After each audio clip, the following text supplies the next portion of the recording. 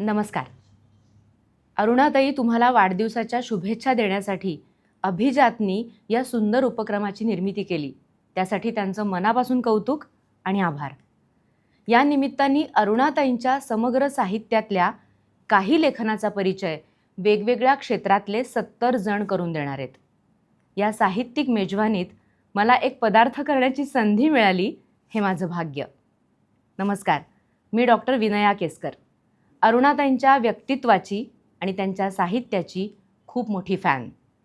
साध्या आणि गोड अशा अरुणाताई साहित्य उत्कर्ष मंडळाच्या कार्यक्रमात मला व्यक्तिशः पहिल्यांदा भेटल्या.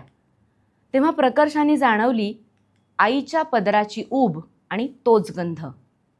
आपल्या मनात कल्पिलेल्या गंधांच्या जगात असतात बघा असे काही वेगवेगळे गंध. असाच वेगळा गंध येतो बहिणाबाईंच्या साहित्यातून. ग्रामीण भाग, शेती, विहीर, झाडं, निसर्ग याचा गंध. अरुणाताई याबद्दल खूप छान लिहितात. बघूया अरुणाताईंनी काय म्हटलंय.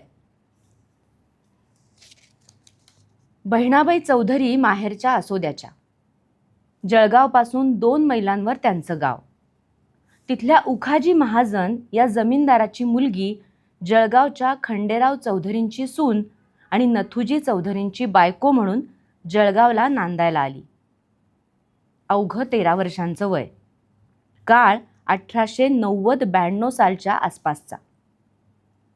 लग्नानंतर एकत्र कुटुंब मोडलं. वाटण्या झाल्या. तशातच दुष्काळ पडला. मेहरुण तलावाच्या कामात खडी फोडावी लागली. हे मूळचं शेतकरी कुटुंब होतं. वाट्याला आलेल्या शेतीतही राबावं लागतंच. त्यातही दुर्दैव असं की वयाची 30 उलटण्यापूर्वीच वैधव्य आलं. पदरी लहान मुलं होती.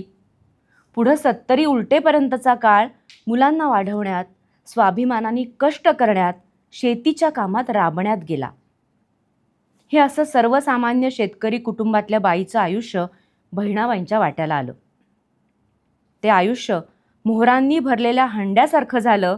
ते त्यांच्या जन्मजात प्रतिभेमुळे आणि त्यांच्या असाधारण जीवनदृष्टीमुळे. बहिणाबाईंचा आवाज गोड होता आणि कवित्वाची फार मोठी देणगी त्यांना मिळालेली होती. कष्ट करता करता गाणाऱ्या अशिक्षित बायकांमधल्याच एक होत्या बहिणाबाई. पण त्यांच्याजवळ आणखीही एक दुर्मिळ शक्ती होती जी इतर 10 जणींकडे सहजी असणारी नव्हती. ती त्यांची विचारशक्ती होती. स्वतंत्र विचार करण्याची एक आश्चर्यकारक ताकद बहिणाबाईंजवळ होती आणि तेच त्यांचं आयुष्यातल्या सगळ्या चढ उतारांमधून, खाचखळग्यांमधून पलीकडे जाण्यासाठीचं बळ होतं. ही विचारशक्ती जशी त्यांना त्यांच्या आयुष्यात धीर गोळा करण्यासाठी, आल्या प्रसंगाला हसून सामोरं जाण्यासाठी आणि वास्तवात अर्थ निर्माण करण्यासाठी उपयोगी पडली, तशीच त्यांच्या कवितेमधून ती सामाजिक शहाणपण वाढवण्यासाठी, माणुसकीचं भरणपोषण करण्यासाठी आणि सर्वसामान्य माणसाच्या जाणीवा विस्तारण्यासाठी उपयोगी पडली. कवितेला दीर्घजीवित्व आणि सार्वकालिक आवाहन प्राप्त करून देणारी ती मौलिक देणगीच त्यांना मिळालेली होती. बहिणाबाई शेतशिवारात राहणाऱ्या बाई, पण त्यांचे कष्ट आंधळ्या किंवा बधीर माणसांचे कष्ट नव्हते. भोवतालशी त्यांचं प्रेमाचं नातं होतं. शेतबांधाचा, विहिरीजवळचा गुलमोहर त्यांचा फुलोजी बुवा होता. दुधाळ खिरण्या देणाऱ्या खिरणीच्या झाडाला त्या दुपटी म्हणत. निंब त्यांचा निंबाजी बुवा होता आणि केळी लेकुरवाळी रंभा. लवका नदी शेतशिवारातून वाहिली म्हणून निराळी राहिली. एरवी आम्ही माणसांनी तिला लेंडी नाला करून टाकलं असतं, असं त्यांचं मत होतं. शेतातलं उभं पीक त्यांना पांडुरंगाचं रूप वाटे आणि देवाची चाहूल त्यांना झाडापेडांच्या पानोपानात ऐकू येई. बहिणाबाईंचा देव असा त्यांच्या भोवताली त्यांना दिसायचा. त्या कथा कीर्तनं ऐकत, पण ऐकलेल्या गोष्टींचा जगण्याशी अर्थ लावून घेत. देवधर्म करायचा आणि रोजचं कर्म करायचं नाही हे त्यांना अजिबात मान्य नव्हतं. एकदा घरातल्या देवाला त्या नमस्कार करत असताना त्यांच्या नंडेनी त्यांना विचारलं, काय व भावजय, देवापाशी काय मागती? त्यावर त्या म्हणाल्या होत्या, काय मागू वंस, देवाचा एक बी हात रिकामा नाही. त्याले बी त्याची कामं हायती की. आपली कामं आपण केली पाहिजेत.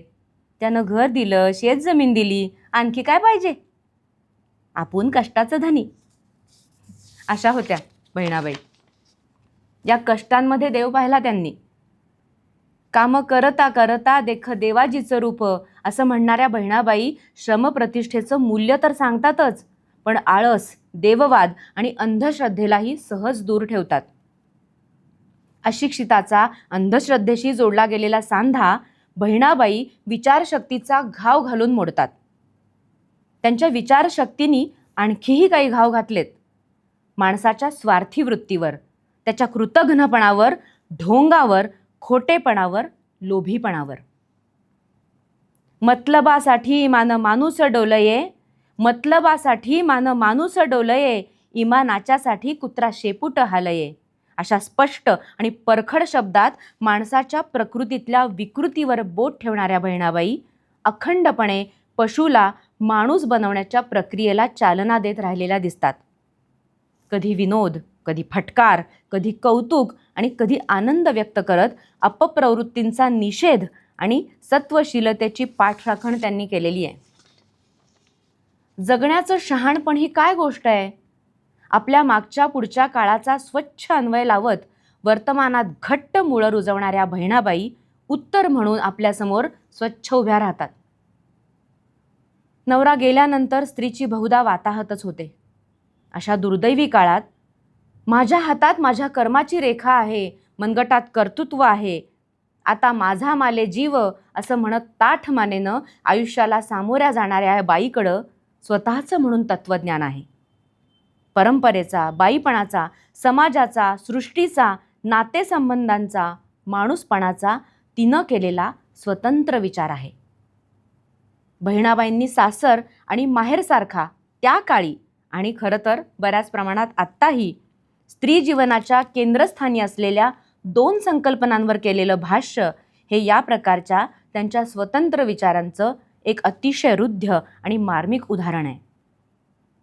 दे रे योग्या ध्यान, ऐक कायमी सांगते. दे रे योग्या ध्यान, ऐक कायमी सांगते. लेकीच्या माहेरासाठी माय सासरी नांदते. लेकीच्या माहेरासाठी माय सासरी नांदते. बहिणाबाईसारखी बाई हजारात नाही, लाखात एखादी जन्मते. आपला पुढचा मागचा काळ आपल्या लखलखीत विचारांनी आणि असामान्य प्रतिभेनी उजळून टाकून निघून जाते. पुढच्या अनेक पिढ्यांना शिक्षणाचा, संस्कृतीचा, सामाजिक भानाचा, मानवधर्माचा आणि जीवन सार्थकाचा विचार करायला लावण्याचं सामर्थ्य तिच्या या एकाच येरझारेत असतं. हे लेखन वाचून जाणवलं, अस्तित्वावरची काजळी दूर करून अस्मितेची ज्योत उजळून चैतन्यत्वाचा शोध घेणाऱ्या तिच्या म्हणजे स्त्रीच्या मनाचा खोल तळात लपलेल्या संवेदना अरुणाताई खूप छान मांडतात. त्यांच्या सगळ्याच साहित्य प्रकारांमध्ये स्त्री हा केंद्रबिंदू आहे. कथेत, कादंबरीत, कवितेत ती भेटते. सीतेची गोष्ट, उर्वशी, द्रौपदी, कृष्णकिनारा ही काही प्रातिनिधिक उदाहरणं सांगता येतील. अरुणाताई स्त्रीवादी लेखिका आहेत असंही म्हणता येत नाही. हे लेखन स्त्रीवादी नाही तर स्त्रीच्या अस्तित्वाचं महत्त्व अधोरेखित करणारं आहे. पुन्हा एकदा अभिजातच्या सगळ्या टीमचे मी मनापासून आभार मानते. धन्यवाद.